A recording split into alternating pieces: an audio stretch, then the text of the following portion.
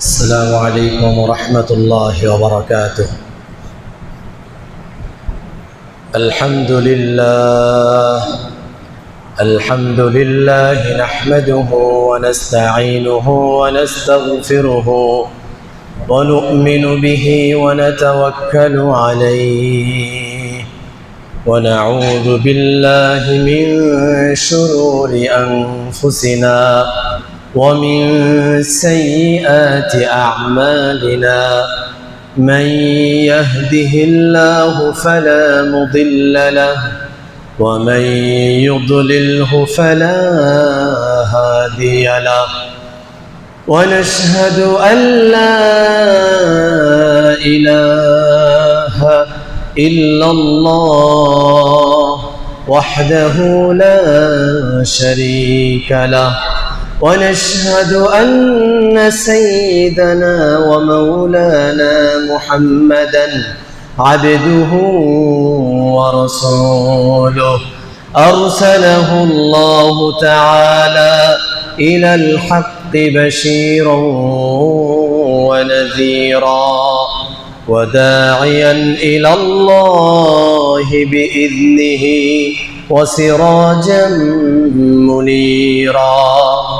أما بعد فقد قال الله تعالى في كلامه المجيد: أعوذ بالله من الشيطان الرجيم. بسم الله الرحمن الرحيم. أتل ما أوحي إليك من الكتاب وأقم الصلاة إن الصلاة تنهى عن الفحشاء والمنكر ولذكر الله أكبر والله يعلم ما تصنعون. ولا تجادلوا أهل الكتاب إلا بالتي هي أحسن إلا الذين ظلموا منهم وقولوا آمنا بالذي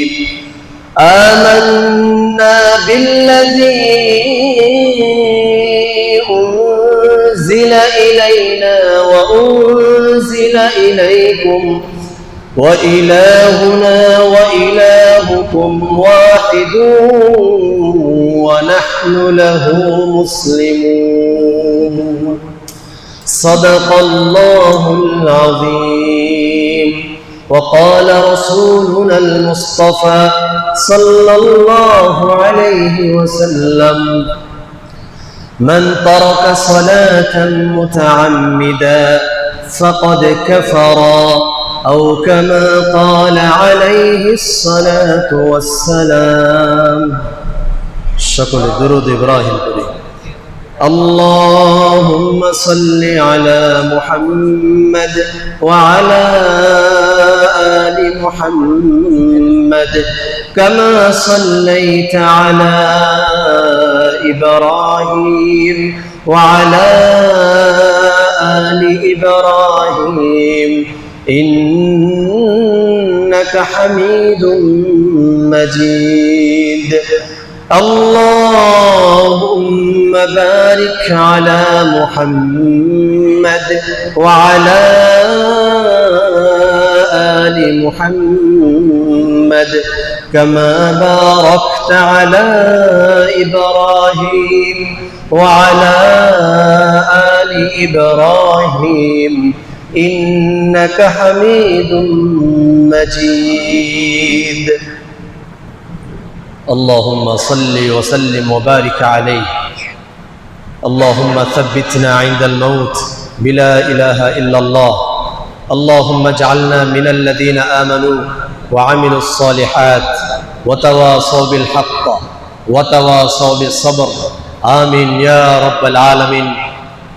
সকল প্রশংসা মহান রব্বুল ইজ্জা ওয়াল জালালের দরবারে, যিনি আমাদের সকলকে দয়া করে মায়া করে ভালোবেসে দুনিয়ার মধ্যে আল্লাহ তাআলার সর্বশ্রেষ্ঠ হুকুম নামাজের মতো গুরুত্বপূর্ণ বিধান আদায় করার জন্য মসজিদে আসার বসার তৌফিক দান করেছেন।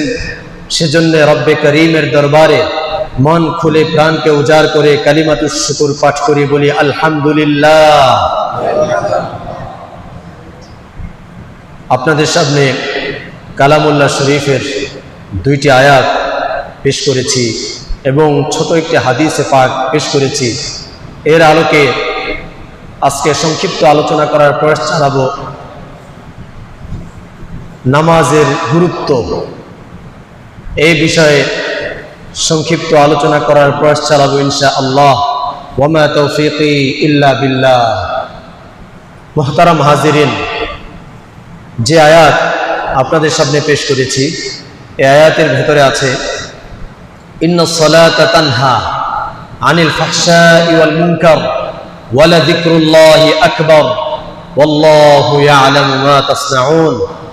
আল্লাহ রাব্বুল ইজ্জা ওয়াল জালাল বলেন, নিশ্চয়ই নামাজ তোমাদেরকে দুনিয়ার সকল ফাহিশা কাজ থেকে বাঁচিয়ে রাখবে, দুনিয়ার সকল গুনাহ কবিরা সগীরা থেকে তোমাদেরকে হেফাজত করবে। কার কথা? আল্লাহর কথা। কিন্তু আমরা বিপরীত দেখছি, নামাজ পড়ে ঘুষ খায়, নামাজ পড়ে সুদ খায়, নামাজ পড়ে চোখের মাধ্যমে জিনা করে, নামাজ পড়ে মোবাইলের মাধ্যমে গুনাহ করে, নামাজ পড়ে কাস্টমারকে ওজনে কম দেয়, নামাজ পড়ে আরেক ভাইকে কষ্ট দেয়, নামাজ পড়ে নিজের আপন ভাই বোনের হক নষ্ট করে, তাদের জায়গা সহায় সম্পত্তি বুঝিয়ে দেয় না, নামাজ পড়ে যাকাত আদায় করে না, নামাজ পড়ে দুনিয়ার যত গুনাহের কাজ তার দ্বারা সংঘটিত হয়। এটাকে ভুল বললাম না ঠিক বললাম? এটা যদি ঠিক হয় তাহলে আল্লাহর কথা ভুল। আল্লাহ বলছে যে নামাজ পড়ে এই নামাজ তাকে গুনাহ থেকে বাঁচায়, আর আমরা দেখি নামাজও পড়ে গুনাহ করে। তাহলে কোনটা ঠিক? আল্লাহর কথা ঠিক না আমাদের বর্তমান নামাজ পড়ে গুনাহ করি এটা ঠিক? আল্লাহর কথা ভুল হতে পারে? কোরআনের কথা ভুল? তাহলে একটা প্রশ্ন এসে দাঁড়ায়, আল্লাহ বললেন ইন্নাস সালাতা তানহা আনিল ফাহশাই ওয়াল মুনকার, নামাজ নিশ্চয়ই গুনাহ থেকে বাঁচায়, আর আমরা দেখি 5 ওয়াক্ত নামাজও পড়ে দুনিয়ার সব গুনাহ করে। একটা প্রশ্ন এসে দাঁড়ালো না? তাহলে আল্লাহর কথা তো আমরা দেখছি ভুল প্রমাণিত হচ্ছে না, ভুল না। এর উত্তর আপনারা সামনের আলোচনা যদি মনোযোগ সহকারে শুনেন ইনশাআল্লাহ এটার উত্তর পেয়ে যাবেন যে নামাজ আসলেই যে ব্যক্তি নামাজ পড়ে ওই নামাজ তাকে দুনিয়ার সব গুনাহ থেকে বাঁচায়। কিন্তু নামাজ এটা কোন নামাজ, এটা সামনের আলোচনা শুনলে বুঝতে পারবেন। হাদিসের মধ্যে আল্লাহর নবী বলেছেন আউয়ালু মা ইউহাসাবু বিহিল আবদু ইয়াউমাল কিয়ামাতি আস-সালাহ। মৃত্যুর পরে কিয়ামতের ময়দান যখন সংঘটিত হবে, বান্দার সর্বপ্রথম কিসের হিসাব নেওয়া হবে? বলেন, নামাজের হিসাব নেওয়া হবে। তাহলে নামাজের হিসাব যখন নেওয়া হবে, এই হিসাব থেকে কারা কারা মুক্তি পাবে, কারা কারা রেহাই পাবে, কারা কারা নামাজের হিসাব থেকে নাজাত পাবে, এটার জবাবও আমরা সামনের আলোচনা থেকে ইনশাআল্লাহ পেয়ে যাব। এজন্য 2টা প্রশ্নের উত্তর যদি